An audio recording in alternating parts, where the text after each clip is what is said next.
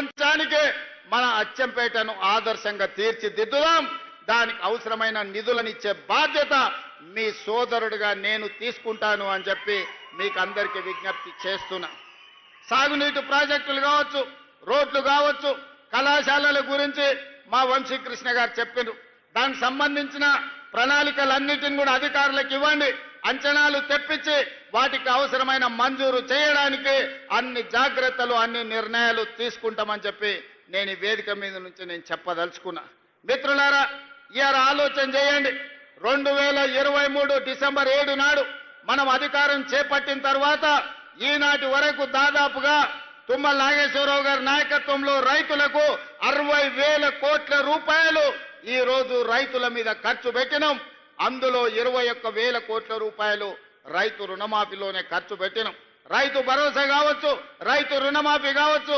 అదే విధంగా ఒకనాడు పంట పండిస్తే మీరు ఒరేసుకుంటే ఉరేసుకున్నట్టే అని ఆనాటి ముఖ్యమంత్రి గారు మాట్లాడినారు, మీకు అందరికీ తెలుసు. కానీ ఆయన మాత్రం ఆయన ఫామ్ హౌస్లో 150 ఎకరాలలో ఒరేసుకొని 4,200కు క్వింటాల్ అమ్ముకున్నాడు.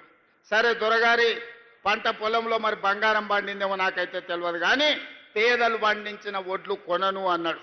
కానీ మన ప్రభుత్వం వచ్చిన తర్వాత మీరు వరి పండించండి, సన్నాలు పండించండి, మీకు గిట్టుబాటు ధరనే కాదు మీకు 500 రూపాయల బోనస్ ఇచ్చి రైతులను ఆదుకుంటాం, పండించండి అని అంటే మొన్నటి ఎండాకాలంలో యాసంగిలో 1,56,00,000 మెట్రిక్ టన్నుల మీరు ఒడ్లు పండించి దేశంలోనే చరిత్ర సృష్టించరు. ఈసారి వానకాలంలో కూడా అత్యధికంగా 1,35,00,000 మెట్రిక్ టన్నుల వడ్లు ఉత్పత్తి చేసి దేశంలోనే అత్యధికంగా ఈ సంవత్సరంలో దాదాపుగా 2,80,00,000 పైచిలకు లక్షల క్వింటాళ్ళ వడ్లు మీరు పండించారు. అంటే ఈరోజు వరి పండిస్తే ఉరేసుకోవాలనే కాడి నుంచి వరి పండిస్తే గిట్టుబాటు ధరనే కాదు మీకు 500 రూపాయల బోనస్ ఇస్తామని చెప్పినాం. ఆనాడు సన్నాలు పండించండి నేను అన్నప్పుడు కొంతమంది అవహేళన చేసిరు. సన్నాలు పండించమంటుండు ఈ సన్నాసి అని ఒక నాయకుడు అన్నాడు. కానీ ఇవాళ మా పేదలు, మా ఆడబిడ్డలు ఇక్కడ ఉన్నారు, అక్కడ పక్కన చాలా మంది మా అక్కలు, మా సోదరిమణులు ఉన్నారు. వాళ్ళని నాకు కొంచెం దూరంగా కూర్చోబెట్టారు. కానీ నేను వాళ్ళందరినీ చూస్తున్నా. మా అక్కలందరూ చేయొద్దండి, అక్క మీకు సన్న బియ్యం వచ్చినాయా రాలేదా? ఇవాళ సన్న బియ్యం ద్వారా మీ పిల్లలకు మంచి అన్నం వండి పెడుతుండ్రా లేదా? మీ ఇంటాయనకు 3 పూటల భోజనం పెడుతుండ్రా లేదా? ఒక్కసారి చెప్పండి. ఇవాళ మా అక్కల ఆడబిడ్డల కళ్ళల్లో సంతోషం చూడండి. ఆయల్లా రేషన్ షాపులో పోతే బియ్యం తెచ్చుకుంటే బర్రెలకు దానై కింద వాడేది, లేకపోతే రేషన్ షాపోడే కిలోకు 10 రూపాయలు మనకిచ్చి వాడే కొనుక్కునేది. కానీ ఇవాళ ఉత్తమ్ కుమార్ రెడ్డి గారి మంత్రిగా ఈరోజు సన్న బియ్యం ప్రతి పేదవాడికి అందించడం ద్వారా బుక్కెడు బువ్వ ఇవాళ సన్న బియ్యంతో మనం తింటున్నాం. మేమందరం మీకు ఇవ్వడం కాదు, పేదవాళ్ళ ఇళ్లలో నేను, మా ఉప ముఖ్యమంత్రి గారు, మా వ్యవసాయ శాఖ మంత్రి గారు, మా సాగునీటి పారుదల శాఖ మంత్రి గారు, ప్రతి మంత్రి, మా రెవెన్యూ మంత్రి గారి ఇండ్లల్లో పేదవాళ్ళ ఇంటికి వెళ్ళి వాళ్ళు వండిన సన్న బియ్యమే మేము తినొచ్చిన మాట వాస్తవం కాదా? ఆయల్లో సన్నాలు వండియబట్టి ఈనాడు పేదలకందరికీ ఈరోజు సన్న బియ్యం ఇవ్వడం ద్వారా ఈరోజు రేషన్ బియ్యం మనము ఆత్మ గౌరవాన్ని పెంచే విధంగా అవి వండుకొని తింటున్నాము అని అంటే రైతులు పండించే సన్న బియ్యం మళ్ళీ రైతులకే మీరు వడ్లు పండిస్తే వాటిని బియ్యంగా మార్చి మళ్ళీ పేదలకే సన్న బియ్యం అందిస్తున్నాం. ఈ ప్రభుత్వం మీకు రైతులకు ఉచిత కరెంట్ ఇవ్వడమే కాదు, ప్రతి పేదవాడి ఇంటికి 50 లక్షల పేదలకు 200 యూనిట్లు ఈనాడు ఉచితంగా ఉచిత విద్యుత్ ఇస్తున్న మాట నిజం కాదా? పేదలకందరికీ ఇవాళ 3,10,00,000 మందికి సన్న బియ్యాన్ని రాష్ట్ర ప్రభుత్వం అందిస్తున్న మాట వాస్తవం కాదా? ఇవాళ మా ఆడబిడ్డలు, మా అక్కలిడికి వచ్చారు. మా మంత్రి పొన్నం ప్రభాకర్ గారు వేదిక మీద ఉన్నారు. మహాలక్ష్మి పథకం ద్వారా మా ఆడబిడ్డలకు ఆర్టీసీ బస్సుల్లో ఉచిత ప్రయాణం అందించినాం. ఒకనాడు అమ్మగారి ఇంటికి వెళ్ళాలన్నా, అమ్మవారిని దర్శించుకోవాలంటే ఇంటాయన దగ్గర చేయి జాపాల్సిన పరిస్థితి. ఇవాళ మా అక్కలకి ఇంటాయన ఆఫీసుకు పోతే అమ్మవారి దర్శనం చేసుకొని అమ్మగారి ఇంటికి పోయి పలకరించి మళ్ళా సాయంత్రానికి ఉచితంగా ఇంటికి వచ్చే ఏర్పాటు మా ఆర్టీసీ బస్సుల్లో మహాలక్ష్మి పథకం ద్వారా ఉచిత ఆర్టీసీ బస్సు ప్రయాణం ఇచ్చినాం. ఈ 16-17 నెలల దాదాపుగా 5,500 కోట్ల రూపాయలు ఈరోజు ఆడబిడ్డల ఉచిత బస్సుకు మనం ఖర్చు పెట్టడం జరిగింది. ఇదే కాదు, మా ఆడబిడ్డలు ఉన్నారు, సంఘాల సభ్యులు ఉన్నారు. ఈరోజు ఎవరెవరో పెద్ద పెద్ద వ్యాపారస్తులు బస్సులు కొని ఆర్టీసీకి కిరాయికి ఇస్తున్నారు. కానీ మా ఆడబిడ్డలకు సంఘాలకు 600 బస్సులు ఇచ్చి 150 బస్సులు నేనే ప్రారంభించిన. ఇవాళ ఆడబిడ్డల బస్సులు కొని ఆర్టీసీకి కిరాయికి పెట్టి లక్షాధికారులను ఇవాళ కోటీశ్వరులను చేసే విధంగా ఆడబిడ్డలకు ఆర్టీసీ బస్సుల యజమానులను చేసింది మన ప్రభుత్వం కాదా? ఒకసారి ఆలోచన చేయండి. ఇదే కాదు, ఇవాళ సోలార్ పంపు సెట్లు పెట్టుకున్నాం. ఇక్కడ సోలార్ విద్యుత్ ఉత్పత్తి చేస్తున్నాం. ఒకనాడు ఏమనేది, సోలార్ అంటే అదాని అనేటోళ్ళు, పెట్రోల్ బంకుల వ్యాపారం అంటే అంబానీలు అనేటోళ్ళు. కానీ ఇవాళ మా ఆడబిడ్డలకు 1000 మెగావాట్ల సోలారు విద్యుత్ ఉత్పత్తి చేసే ఒప్పందాలు బట్టి విక్రమార్క గారితో చేయించి సోలారు ఉత్పత్తి చేయండి, కోటీశ్వర్లు గాంధీ అని చెప్పి 1000 మెగావాట్లు వాళ్లకు బ్యాంకు ద్వారా లోన్లు ఇప్పించి ఇవాళ ఒప్పందాలు చేయించినాం. ఇవాళ రిలయన్స్ పెట్రోల్ బంకులు కాదు, మా మహిళా శక్తి, ఇందిరా మహిళా శక్తి పెట్రోల్ బంకులు వచ్చినాయి. నారాయణపేటలో నేనే స్వయంగా వెళ్ళి మా ఆడబిడ్డలు నడుపుతున్న పెట్రోల్ బంకును ప్రారంభించి మా ఆడబిడ్డలు పెట్రోల్ బంకులు నడపగలరని ఇవాళ ఆడబిడ్డలను పెట్రోల్ బంకుల యజమానులను ఇవాళ మనం చేయలేదా? మీరు ఆలోచన చేయండి. ఇదే కాదు, హైటెక్ సిటీ అన్న శిల్పారామం చుట్టుముట్టుతంటే కోటీశ్వరులే ఉంటారు, మల్టీనేషనల్ కంపెనీలు ఉంటాయని చర్చ జరిగేది. విప్రో, ఇన్ఫోసిస్, మైక్రోసాఫ్ట్ లాంటి ప్రపంచ దిగ్గజ కంపెనీలకు అక్కడ ఆఫీసులు ఉన్నాయి.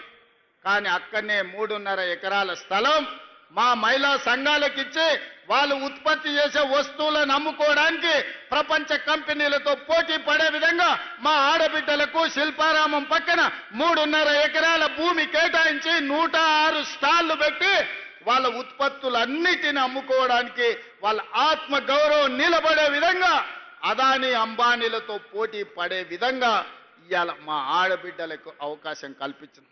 నేను ఒకటే చెప్పిన మా మంత్రివర్గ సహచరులకు, మా అధికారులకు, రాబోయే రోజుల్లో 2029 లోపల 1 కోటి మంది ఆడబిడ్డల్ని కోటీశ్వరులుగా చేసే విధంగా లక్ష్యం పెట్టుకోండి. ఆ దిశగా పంచడం.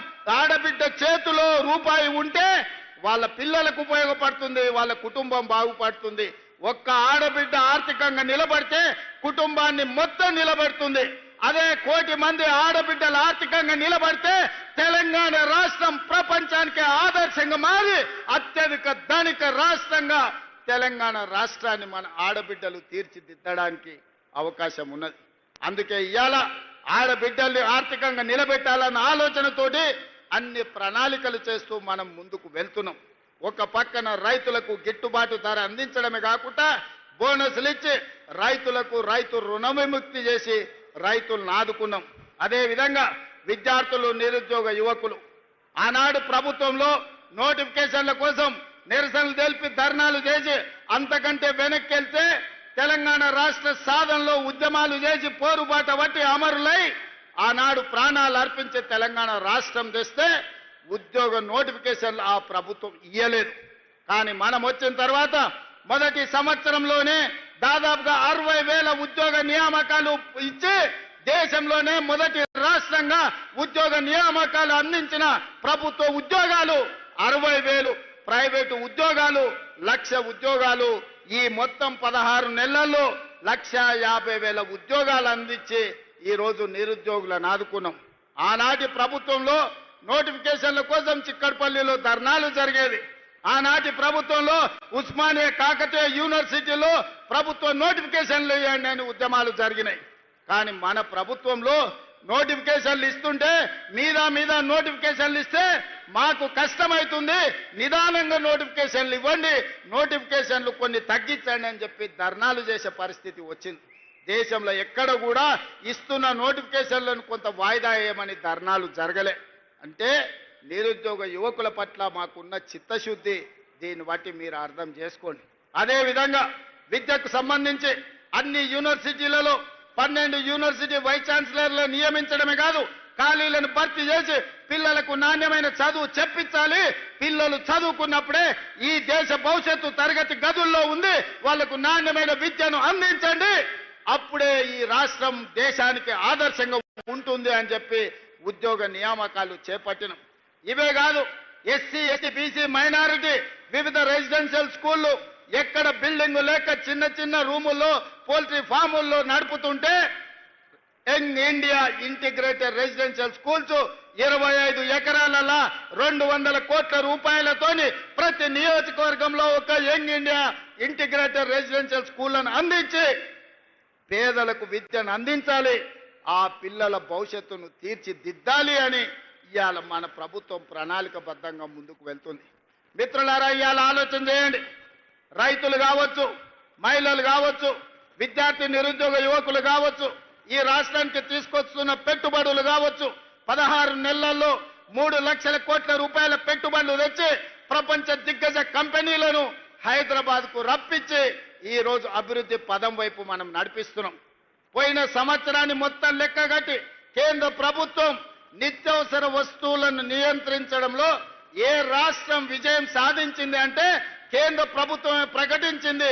తెలంగాణ రాష్ట్ర ప్రభుత్వం నిత్యావసర వస్తువులను నియంత్రించి పేదలకు అందుబాటులో తీసుకొచ్చింది. నెంబర్ 1 రాష్ట్రం తెలంగాణ రాష్ట్రం అని కేంద్ర ప్రభుత్వమే ఇచ్చింది. కేంద్రంలో మన ప్రభుత్వం లేదు, పరాయి పార్టీకి సంబంధించిన ప్రభుత్వం ఉన్నా మనల్ని అభినందించక తప్పలేదు.